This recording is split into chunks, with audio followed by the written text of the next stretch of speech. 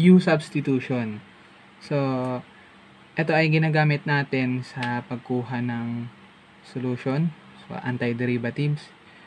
Kung sa differential calculus, merong chain rule, dito naman, U substitution ang gagamitin natin. So, saan natin sila ginagamit? Sa composite function, di ba? So, pag sinabing composite function, meron kang inside function, meron kang outside function. So, ano yung steps natin dito? Una, ile-let U natin yung inside function, passively. Tapos, yung pangalawa, apply natin yung basic integration pagkatapos natin makuha yung du. Kasi isa-substitute natin yun sa original formula. So, napakadali lang nito, no? Magbigay tayo ng mga examples. Example number 1, hanapin natin yung antiderivative ng 1 minus x squared. So, ang inside function natin dyan ay 1 minus x. So, yun yung ile-let U natin, no? Tapos, i-derivative natin siya. So, du is equal to, derivative ng 1 yan ay 0, derivative ng negative x yan ay negative 1. Pero dito, sa tuwing magde-derivative tayo, lalagyan natin siya ng dx. Okay. So, next, ang ititira lang natin dito sa right side natin, dx lang, no? So, tatanggalin natin yung negative. So, para matanggal yan, i-times natin sila sa negative, both side. So, magiging negative du is equal to dx. Okay, mag-substitute na tayo. So, yung original formula natin, yung equation natin ay antiderivative ay 1 minus x squared, 1 minus x squared dx. So, yung 1 minus x natin, yan ay u, no? So, antiderivative ng u, ang 1 minus x natin naka-square. So, yan ay u squared. Ang dx natin, ito, saan equal? Sa negative du. Okay. So, ngayon, mangyari dyan, magiging antiderivative ng negative u squared du. So, yung u natin, parang itutulad natin siya sa variable na x. So, lalabas natin yung negative. Antiderivative ng u squared du. So, yan ay magiging negative u cube over 3 plus c. Pero hindi pa yan yung final answer natin, no? So, ano yung previous? Saan equal tong u natin? Sa 1 minus x. So, babalik natin siya doon. So, negative 1 minus x cube over 3 plus c. Okay. So, ito yung final answer natin. Okay, example number 2. Hanapin natin yung antiderivative nito using u substitution. So, ang inside function natin dyan ay x plus 4. So, u is equal to x plus 4. So, ang derivative nito, yan ay 1. Okay? Pero, meron yung kasamang dx, no? 1 dx or dx lang. So, since dx lang naman yung natira dyan, sa-substitute na natin, no? So, antiderivative ng x plus 4 raised to 100. Ang x plus 4 natin, equal siya sa u, no? So, u raised to 100. Tapos, ang dx natin, equivalent siya sa du. Okay, pwede na tayo mag-antiderivative, no? So, antiderivative ng u raised to 100, yan ay u raised to 101. So, kung yan ang bago nating exponent, yan din ang bagong denominator. Plus c. Okay? So, babalik natin siya dito. Ang u natin equal sa x plus 4. So, papalitan natin yan ng x plus 4 yung u. Saan na sila naka-raise? Sa 101, no? Tapos, meron na rin silang denominator na 101. Plus c. So, ito yung final answer natin sa number 2. Example number 3. So, find the derivative of 6 over 4 plus 5x raised to 8 dx. So, yung inside function natin dyan, yan ay 4 plus 5x. Tapos, yung derivative nyan ay 5 dx. Tapos, tira natin yung dx dito sa right side. So, divide natin sila by 5. So, makakancel ito. Ito ay magiging du over 5 is equal to dx. Okay, so mag-substitute na tayo. So, antiderivative ng 6 over, so yung 4 plus 5x natin ay u. Tapos naka-raise sila sa 8, di ba? Tapos yung dx natin equal sa du over 5. So, mamultiply natin sa du over 5. So, mapapansin nyo, meron tayong constant na 6 over 5, di ba? So, pwede na natin ilabas yung 6 over 5. So, antiderivative ng du over u raised to 8. Okay. So, ngayon, yung u raised to 8, pwede nyong itaas yan eh. Pag tinaas nyo yan, anong mangyari sa exponent nyo?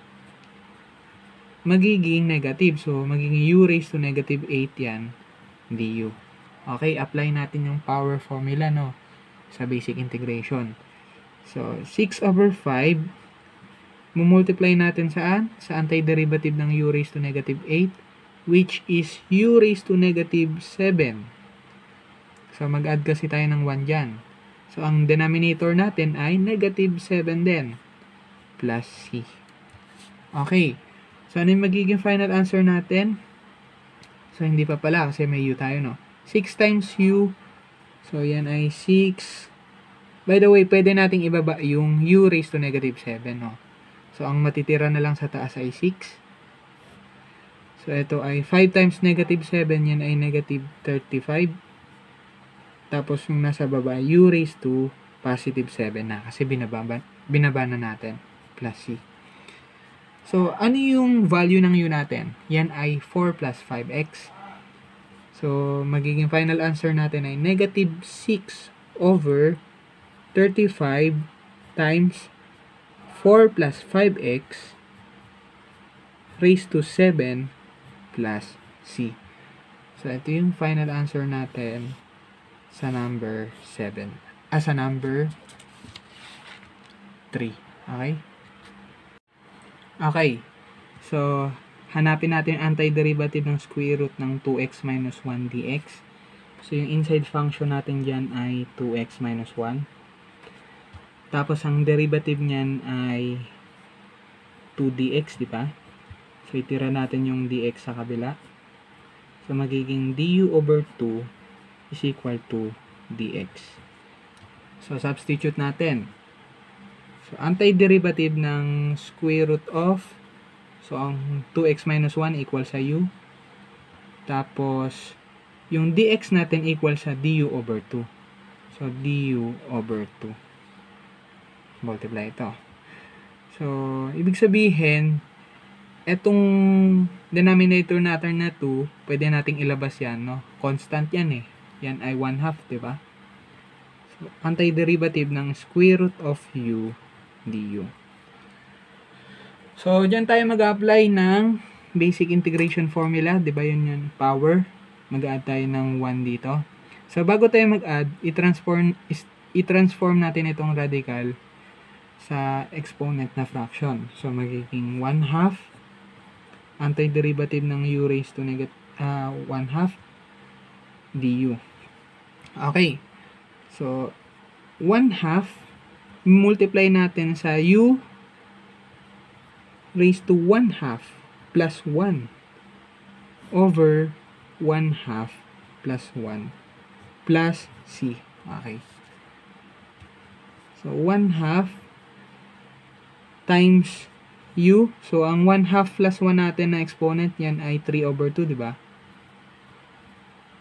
Over, so yung denominator natin ay 3 over 2 plus c. Okay, so itong 3 over 2 natin, pwede nating ilagay yung 2 sa itaas, di ba? So, kung ilalagay natin yung 2 sa itaas, ito, anong mangyayari sa 2 dito? Maka-cancel. So, maka-cancel din to. Okay? So, anong matitira? Yan ay u raised to 3/2 over 3 plus c. So, ang u natin equal saan? Sa 2x minus 1. Ito. So, 2x minus 1 raised to 3 half over 3 plus c. Ito yung final answer natin. Okay, example number 5. Hanapin natin yung antiderivative nito. So, dito, pwede naman nating i-distribute yung x, diba? So, distribute natin yung x dito, tas dito, tsaka natin sila hati-hatiin, diba? Pero, pwede rin natin silang gamitan ng chain rule. So, paano? So, ililet-cum nyo yung 1 minus x squared. Tas, yung derivative niyan ay negative 2x dx. Okay? So, ano yung ititira natin? Pwede nating itira yung x dx. Bakit? Kasi kung mapapansin nyo, pag tinira natin yan dyan, may maisa-substitute tayo dito. So, ibig sabihin, pwede natin silang i-divide sa negative 2. So, du over negative 2 is equal to x dx. So, substitute natin ito dito. Dito sa hinahanapan natin. So, yung 1 minus x squared saan equal sa u. Tapos, yung x dx equal siya sa du over negative 2.